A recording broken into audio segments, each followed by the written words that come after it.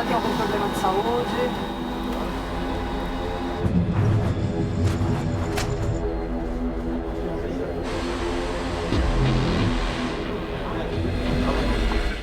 O PSI parada inglesa ao CCS. Estamos com o código R em andamento.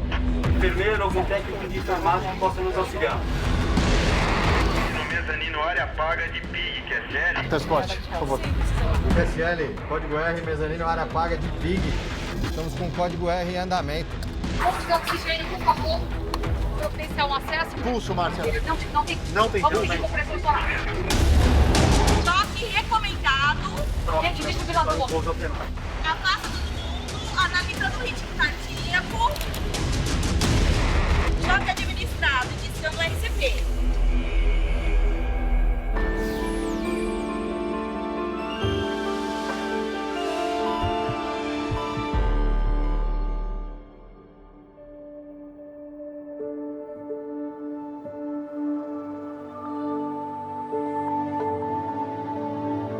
Eu me formei em 1982. Desde que eu comecei residência, eu gosto de emergência e estação. Então, desde 1983 em diante. Oi. Ressuscitar é você trazer a pessoa de volta no momento que ele está em morte súbita. Ele está, naquele momento, morrendo. As manobras de ressuscitação cardiopulmonar são justamente manobras em que você massageia a pessoa, faz uma massagem e também cuida da respiração ao mesmo tempo. Para quê? Para tentar que esse coração volte a bater. Eu sou uma pessoa que eu tenho veia de emergência, eu gosto de emergência. A gente fala, o termo médico é uma cachaça mesmo, né? A gente fala que isso é algo que é muito prazeroso você poder ajudar a salvar vidas. Né?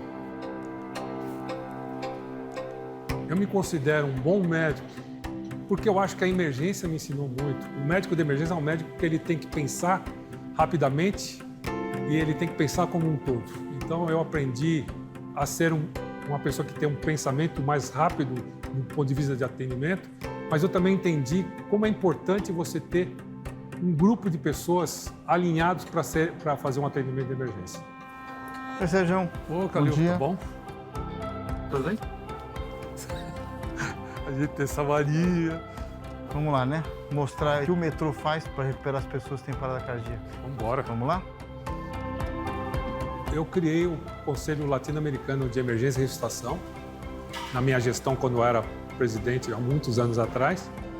Eu trabalhei para trazer os cursos de suporte básico e suporte avançado para o Brasil. Então, eu convivo com esses grupos de emergência e ressuscitação há muitos anos.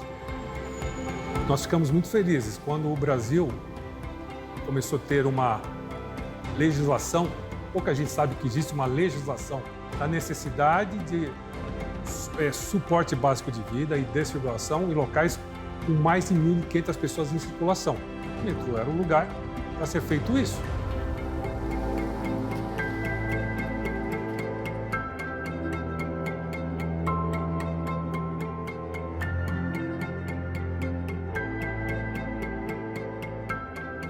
Eu diria para você que o metrô é um exemplo dos muitos exemplos que nós temos no mundo de que quando você trabalha um projeto comunitário para salvar uma vida, a gente realmente consegue salvar. Qual é a chance, segundo ele, estatístico, de um brasileiro que tem uma parada cardíaca na rua ser reanimado e sobreviver? Segundo o Dr. Sérgio, 1%. Menos de 1%. Menos de 1%. Qual é a chance de um brasileiro que, por infelicidade, tiver uma parada cardíaca aqui, que é o metrô? Mais de quase Um 40%. passo, 40%. Se você tiver uma parada cardíaca, tenha dentro do metrô de São Paulo. O pessoal está super bem estruturado. Aqui eles sabem exatamente o que vai acontecer. Nós participamos da implantação desse sistema, do desenho do sistema, em parceria justamente com o INCOR, né, com o Dr. Sérgio Timerman na época, e continuamos com essa parceria. Tempo para início do socorro, após a comunicação de evento, né, é questão de 2 minutos. Então, o metrô é um ambiente de sucesso. É o primeiro sucesso na América Latina de desfibrilação e de suporte básico de vida.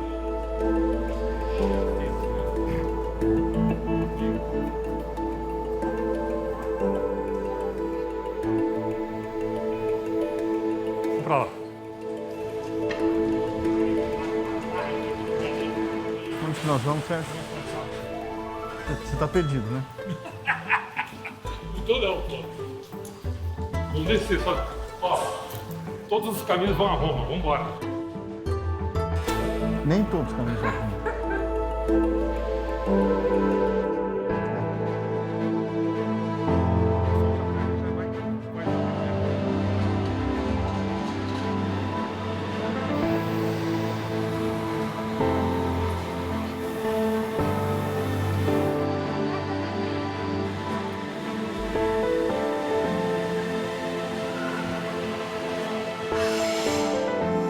Se um paciente tiver um infarto, tiver uma parada cardíaca dentro do vagão, o que acontece?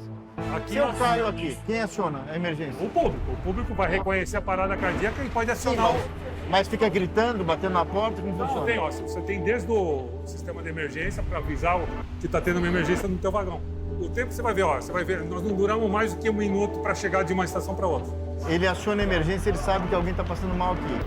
A equipe já acionada fica na porta. Vai ter segurança esperando ele aqui na porta.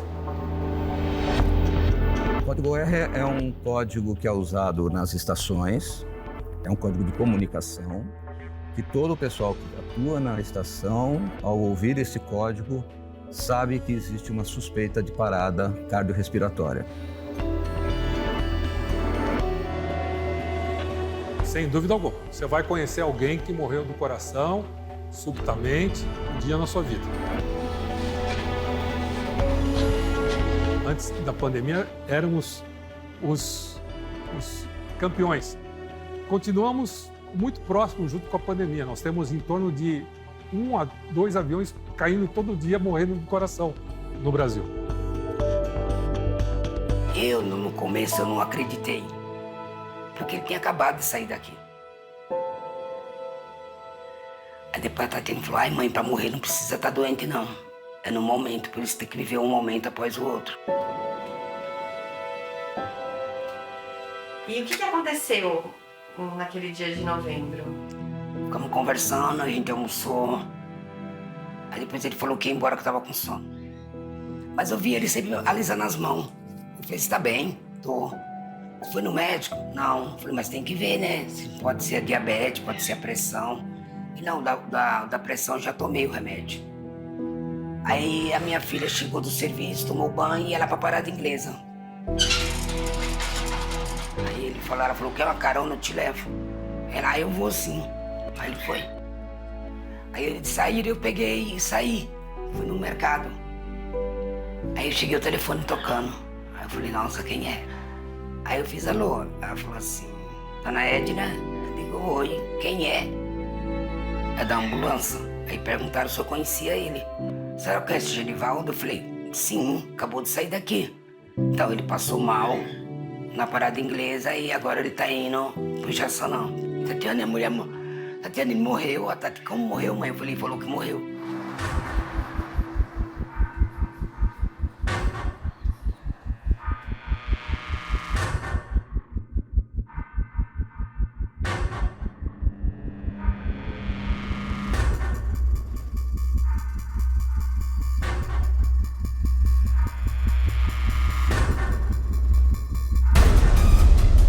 Primeiro que a pessoa perde a consciência, porque o coração para de bombear sangue para o cérebro e, obviamente, a pessoa desmaia.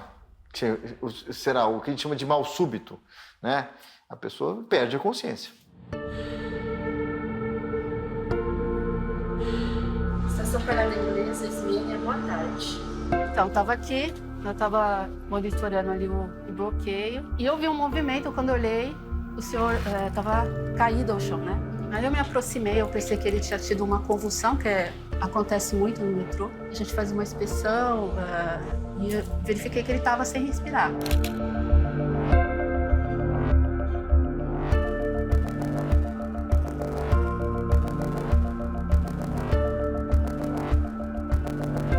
A história do Sr. Genivaldo é uma história clássica que acontece todos os dias no metrô, no clube, dentro do avião, em qualquer lugar. Estamos com código R aqui no mezanino área paga de PIG, que é CL. Eu fui a primeira pessoa que viu a queda dele e que foi lá para verificar o que estava acontecendo. Foi questão de segundos, 5, 6 segundos. E a importância disso, eu acho que é o limite entre a vida e a morte. Assim.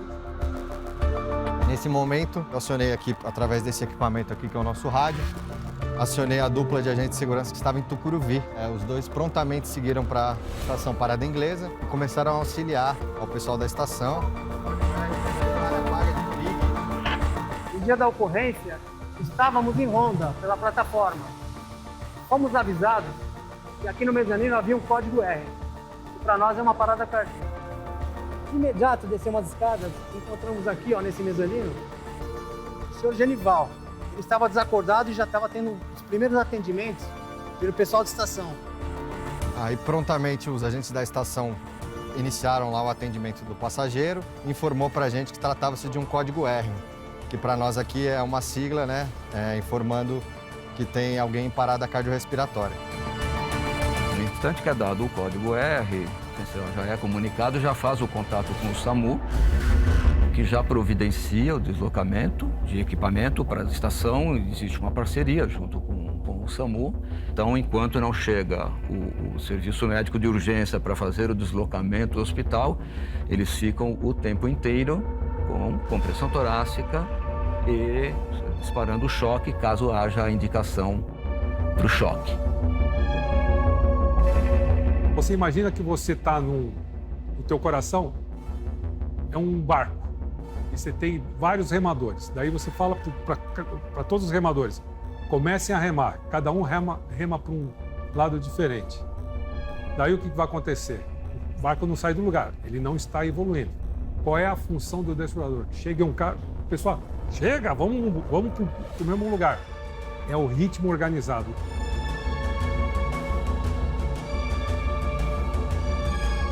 Esses chamados desfibriladores, porque quando uma pessoa ela cai, por exemplo, né, tem um infarto e cai, uma das arritmias, muitas vezes o coração não está parado, ele está tendo uma das arritmias, chama fibrilação ventricular.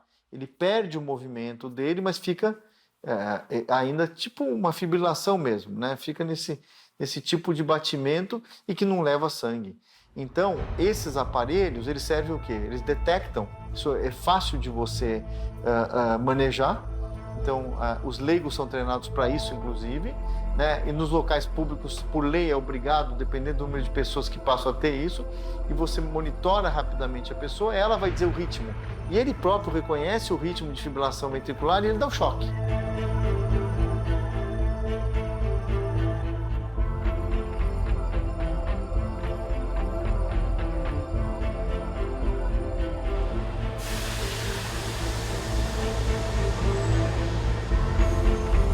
Esse daqui é o DEA.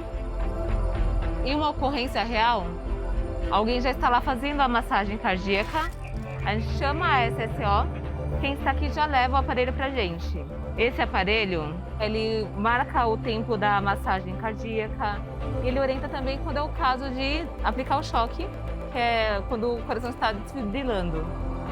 O desfibrilador, ele organiza o ritmo cardíaco. Se nós temos uma parada cardíaca, quanto mais rápido nós atendemos, maior a chance de sobrevida. As estatísticas são aí. Eu tive uma parada cardíaca, eu parei de respirar, eu estou inconsciente. Se eu não fizer a massagem cardíaca, se eu não fizer a desfibrilação, a cada 1 minuto que passa, 10% de chance de morrer. Os grandes projetos comunitários mundiais, e agora em São Paulo, o metrô, mostram exatamente isso, que se nós conscientizarmos a população, se nós treinarmos, e não precisa ser treinamento de médico, veja, nós estamos treinando segurança, a fazer o procedimento correto, a gente salva vidas.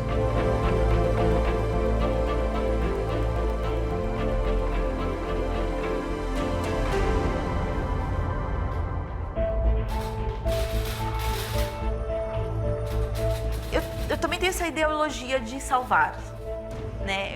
Tudo que eu faço, assim, em termos de não só na minha vida profissional, mas na minha vida particular também, é cuidar das pessoas. A grande importância em relação ao projeto do metrô é que, primeiro, a seriedade com que eles levam, né? Essa questão da ressuscitação, dos treinamentos. Não adianta você só ter um equipamento, né? Eu tenho DEA em todos os lugares. Se eu não tenho uma equipe treinada, então eles se preocupam muito com o treinamento de todos os funcionários. 80. Aê, muito bem. Olá, bem-vindos ao curso de ASB com DEA, salva operações da... O ataque cardíaco pode virar parada cardiorrespiratória, que foi isso que você falou. Qual é o principal sintoma da parada cardiorrespiratória? Minha vítima não responde. Então, uma mão em cada ombro.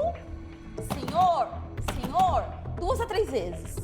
Se ele não responde, o que eu tenho que fazer em seguida? Avaliar se ele respira. Compressão forte, a minha profundidade tem que ser de 5 centímetros, no mínimo 5 centímetros. Lembrar que eu vou colocar minha mão, eu estico os braços, entrelaço os dedos, só o calcanhar da mão entra em contato com o osso aqui no meio do peito, osso externo, né? E aí, profundidade de no mínimo 5 centímetros e a frequência de 100 a 120 por minuto.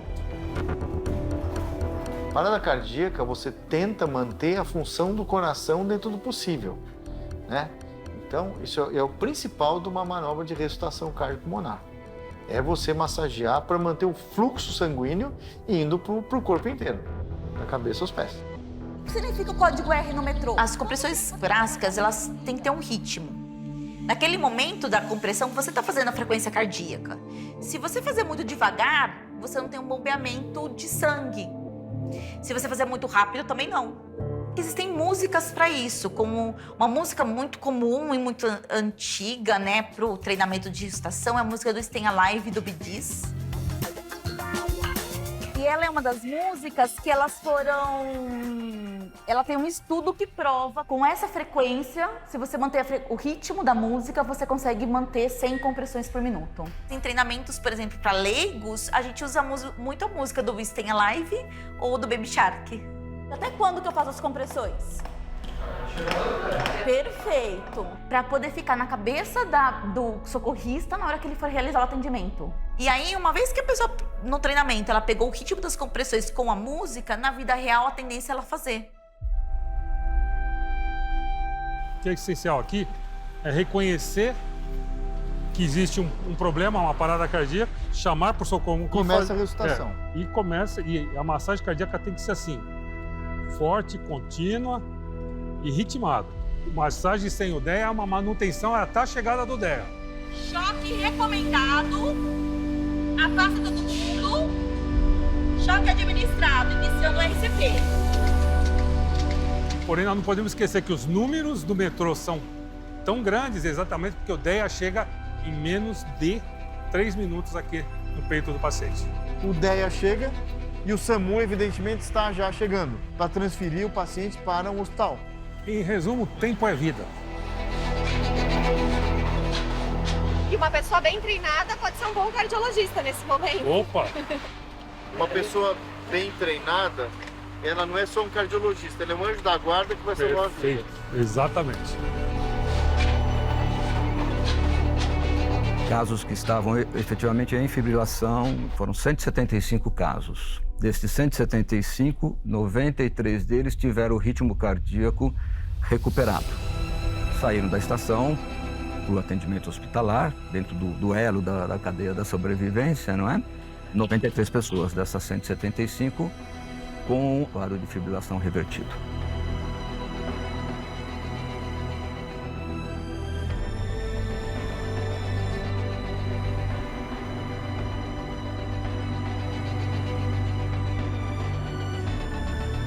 E eu acho que essa é a grande diferença. Quando você está diante de uma emergência, você consegue fazer algo. Quando eu atendo, eu salvo uma vida, mas quando eu treino, eu tenho possibilidade de salvar mais vidas, porque eu ensino mais pessoas a salvarem mais vidas. Muito mais do que eu salvar uma vida, é saber que as pessoas que a gente tem ensinado têm salvo a vida.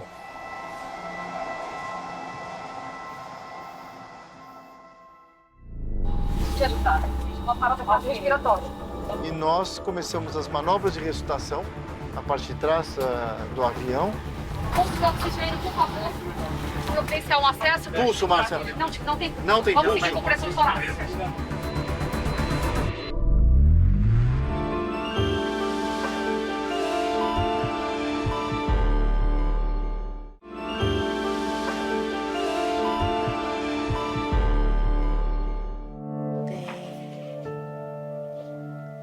Olha, em se tratando da minha mãe, nos últimos... Então, você perguntou o que eu quis fazer depois que eu fui viver, né? Eu quis curtir a minha mãe até o fim, sabe? É isso que eu quis fazer. Eu percebi que ela estava idosa e a gente quis ficar com ela até o fim. Olha, ela na creche de idoso. Bonitinha.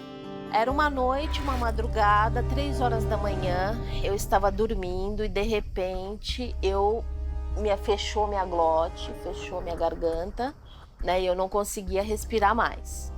E eu levantei da minha cama, desesperada, corri no quarto da minha mãe, fiz sinal para ela, desesperada, né? Abri a boca e não conseguia puxar o ar, não vinha, não tinha saída de ar. Ela me colocou de costas também sobre a cama dela e começou a fazer a massagem cardíaca, né? Ela sabia fazer, ela tinha feito curso, né? Ela salvou a vida do meu pai algumas vezes, me deu uma tontura muito grande e eu desmaiei na cama dela, eu apaguei.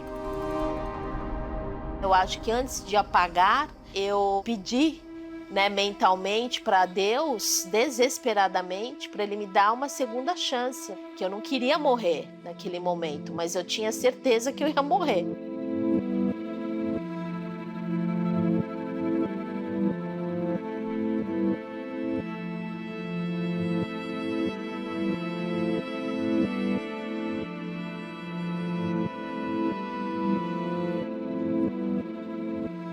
Ela fez massageamento cardíaco em mim, né? Ela ficou lá, mais de 100 manobras ali no meu tórax, né? No meu peito. Aí ela também apertou meu diafragma, né? E aí, com isso, ela conseguiu me trazer de volta. E qualquer pessoa pode salvar uma vida? Qualquer pessoa, não tenha dúvidas. Qualquer pessoa que queira fazer, não tenha dúvidas. E mesmo assim, olha, eu tô diante de eu identifiquei que minha vítima, a pessoa não responde, né? Ela não fala e não se mexe. Se eu ligar para 192, deixar meu celular no Viva Voz, o próprio atendente de emergência, ele vai te orientar como fazer compressões. E aí, na hora que eu acordei, eu olhei e era como se eu tivesse nascido de novo. E eu estava nos braços da minha mãe.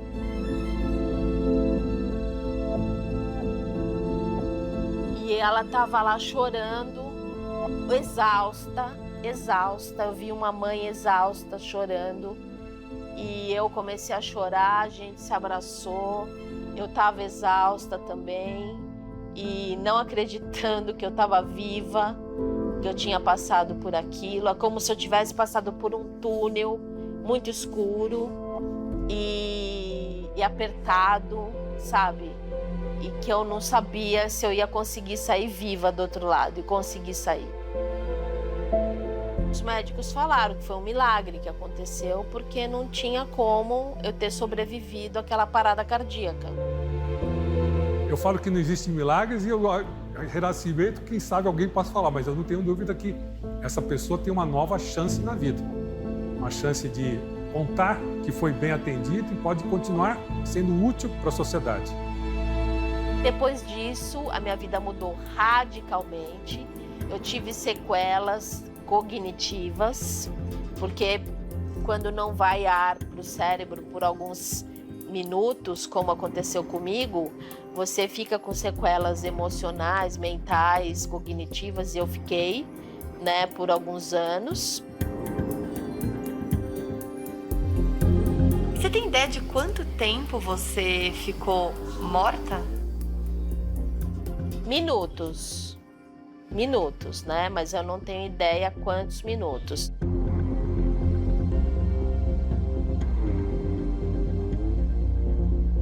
Se você pegar uma pessoa em parada cardíaca, não fizer absolutamente nada, colocar num carro e levar para um hospital para ser atendido, você está transportando um cadáver.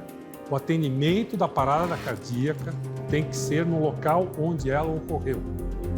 Quem vai transportar esse ser humano que está vítima de parada cardíaca é o serviço de emergência, não é você.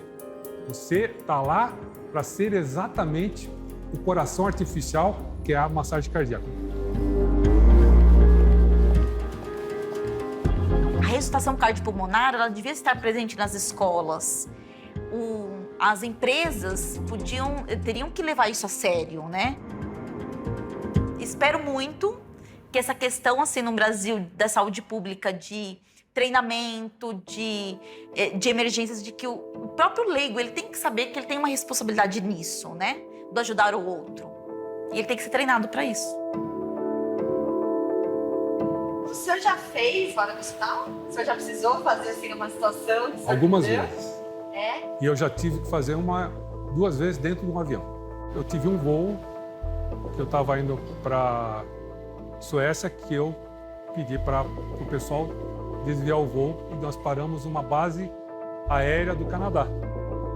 Tinha um montão de cardiologistas e médicos no avião. E todo mundo falou, ó, chama o... Eu vou até falar o apelido que eles falaram pro cara. Chama o gordinho lá para ele atender, porque ele sabe que eu vou atender, né? Chama o gordinho. O avião é um exemplo típico do sucesso do atendimento de parada cardiorrespiratória.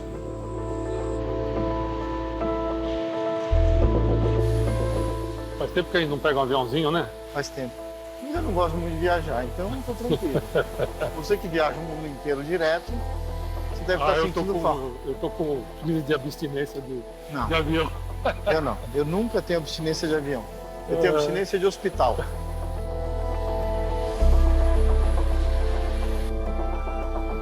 Antes do advento do suporte básico e da desfibrilação, qual era a chance de uma pessoa sobreviver a uma parada cardíaca dentro do avião? 0.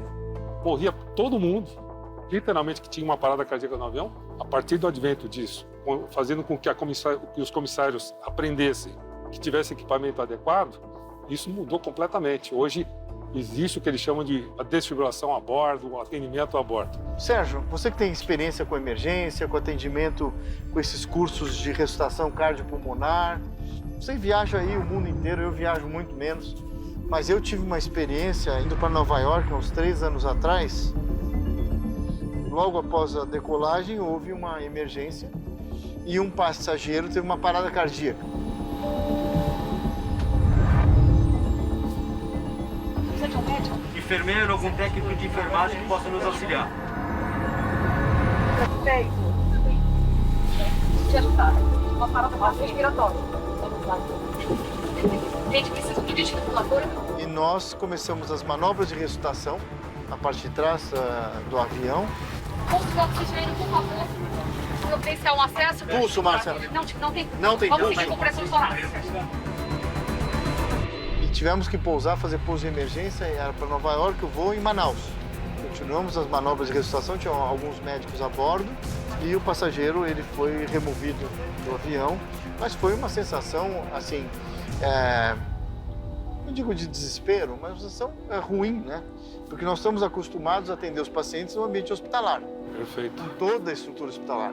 Dentro do avião hoje, também é possível com que a gente possa resgatar uma pessoa que tenha uma emergência, uma parada cardíaca. Nós temos aviões de grande porte, de médio porte. Esse é o 737? 737-800. E agora você imagina o seguinte, se você tem uma parada cardíaca lá em cima, você está num ambiente que é completamente diferente do ambiente pré-hospitalar que você está lá embaixo. Claro. Nós temos que resolver a situação dessa pessoa dentro do avião. Porque nós temos protocolos até a identificação dos sinais e sintomas que caracterizam uma parada cardiorrespiratória e a partir daí o que muda são a utilização dos recursos. Então, no caso do DEA, no caso da SCP. Deve ter acontecido isso no teu caso. Entre essa pessoa ter tido uma emergência ou mesmo uma parada cardíaca, até eles conseguirem levar esse avião para a Terra novamente não vai ser menos do que 15, 20 minutos. É uma emergência que vai ficar na sua mão, na mão dos comissários e de quem está ajudando ele por um longo tempo. O importante no atendimento com uma parada cardíaca é que cada minuto que passa, quando a pessoa tiver uma parada cardíaca, 10% de chance dela vir a falecer.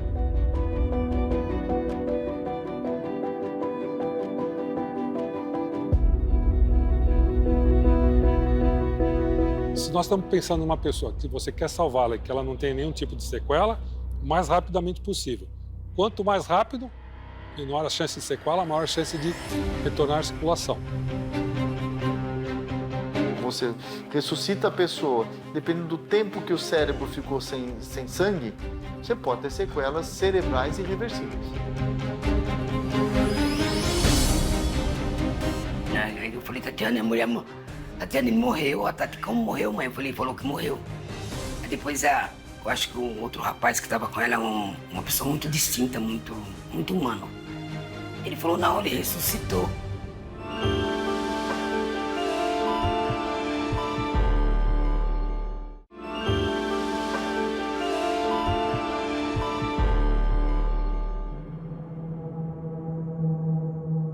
Aí eu falei, Tatiana, a mulher... Tatiana, ele morreu. A Tati, como morreu, mãe? Eu falei, falou que morreu. Aí depois, eu acho que o outro rapaz que estava com ela é uma pessoa muito distinta, muito humano. Ele falou, não, ele ressuscitou. Eu falei, peraí, mas como se ele morreu, como que ele tem meu telefone? Porque ele podia abrir o telefone e tem vários telefones. Isso aí foi um susto. Isso eu pensei que eu não voltava aí pro mundo, não. Eu pensei que eu ia descansar. Quando chegou na parada inglesa, eu peguei e passei o bilhete na estação do metrô. Quando passei o bilhete, aí só escutei gritos, acho que tentando me reanimar, sei lá, alguma coisa, reanimar, só muito gritos.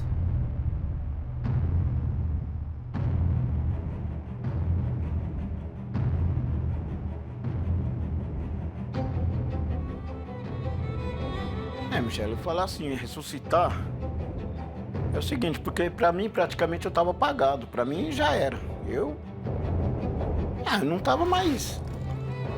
Eu pensei até no hospital, no UPA, quando cheguei lá,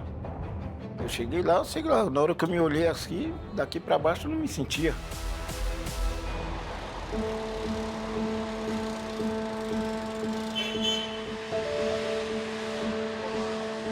Mas eu tenho muito a agradecer através dos agentes, do pessoal que se esforçaram muito por mim, que eu não vi.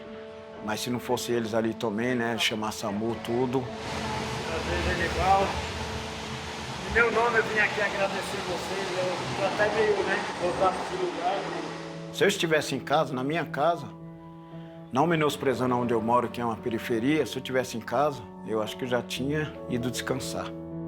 Passei o bilhete e depois não vi mais nada. Acho que vocês que viram a minha queda, né? A gente que atuou naquela ocorrência, que o senhor teve uma parada cardíaca, né? E é uma satisfação pra gente ver o senhor assim, inteiro, andando, tá bem. A satisfação é toda minha de ver vocês conseguirem salvar minha vida. A mão de vocês foi a mão de Deus. Nem o dinheiro pago que vocês fizeram por mim. Chega a tremer. Minha filha normalmente ela fica me esperando. E eu cheguei muito feliz e eu falei assim, filha, eu salvei uma pessoa, né? A gente conseguiu salvar uma pessoa. Eu tive vontade de chorar, porque a gente luta tanto pela vida de várias formas e você saber que naquele momento você conseguiu salvar uma vida é muito, muito, muito, muito bom. É agradecer, né? É uma coisa que eu tenho muito a agradecer. Eu penso só em Deus, eu acho que não chegou a hora de eu descansar mesmo, chegou a hora de deu mais uma oportunidade para mim, aproveita. É um amigo que chega a ser até especial, porque eu sinto ciúmes dele.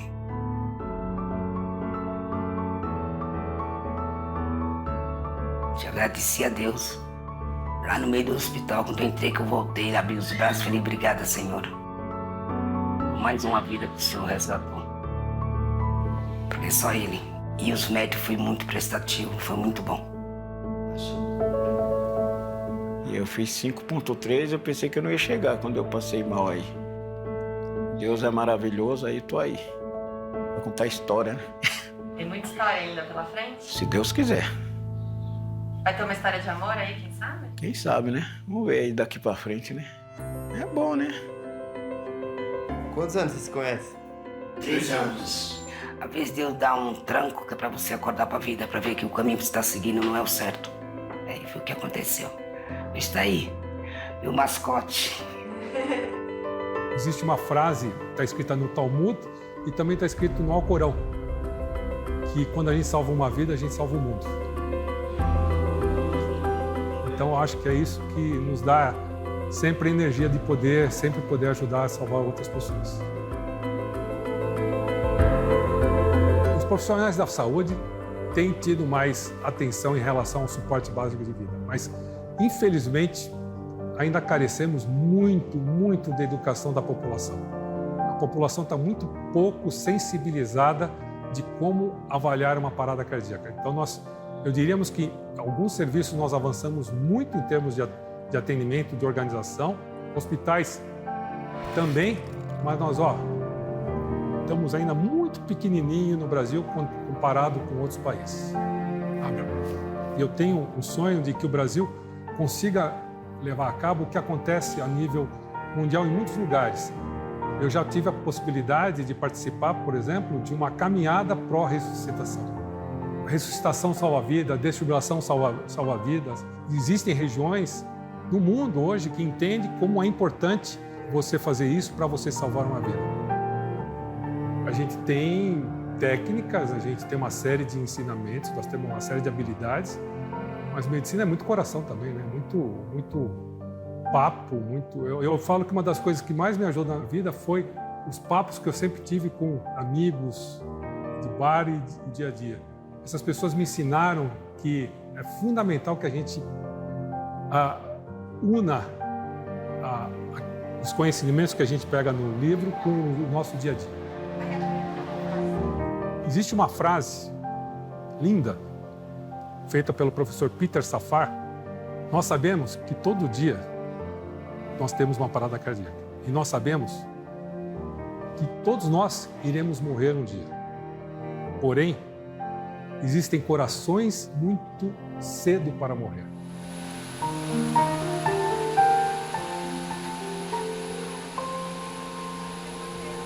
Se esse avião pudesse levar a gente para algum lugar, para onde vocês iriam agora?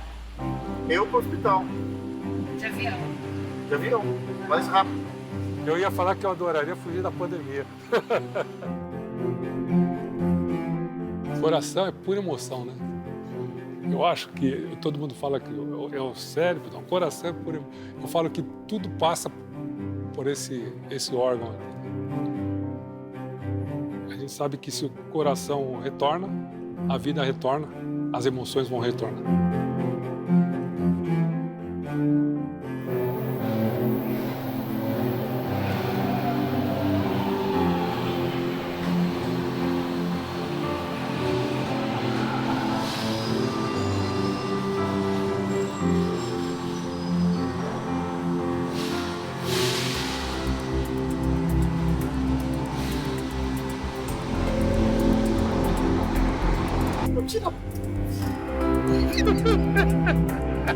Ah, deixa eu brincar um pouquinho, pô.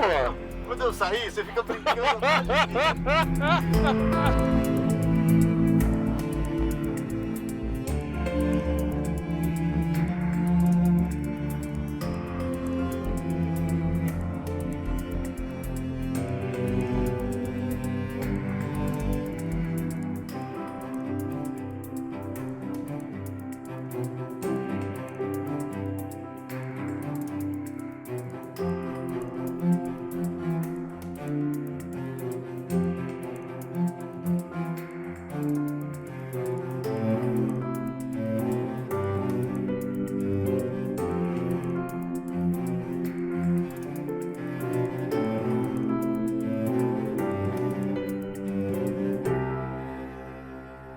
Na hora que eu me levantei para ir no banheiro, eu já não senti o lado esquerdo e caí no chão. O americano tem uma expressão que é time is brain. Se você não der nada de sangue para aquele pedaço de tecido, em 4 a 10 minutos o cérebro morre. O AVC é a doença mais prevalente em qualquer centro de reabilitação do Brasil e em qualquer parte do mundo. Para você ter uma ideia, quer dizer, 1 a cada 4 pessoas na vida vão ter um AVC. A incidência no Brasil é bastante alta dos acidentes vasculares cerebrais? Extremamente alta. Então, é a segunda causa de mortalidade e a primeira causa de perda funcional. Eu acordei com metade do corpo formigando.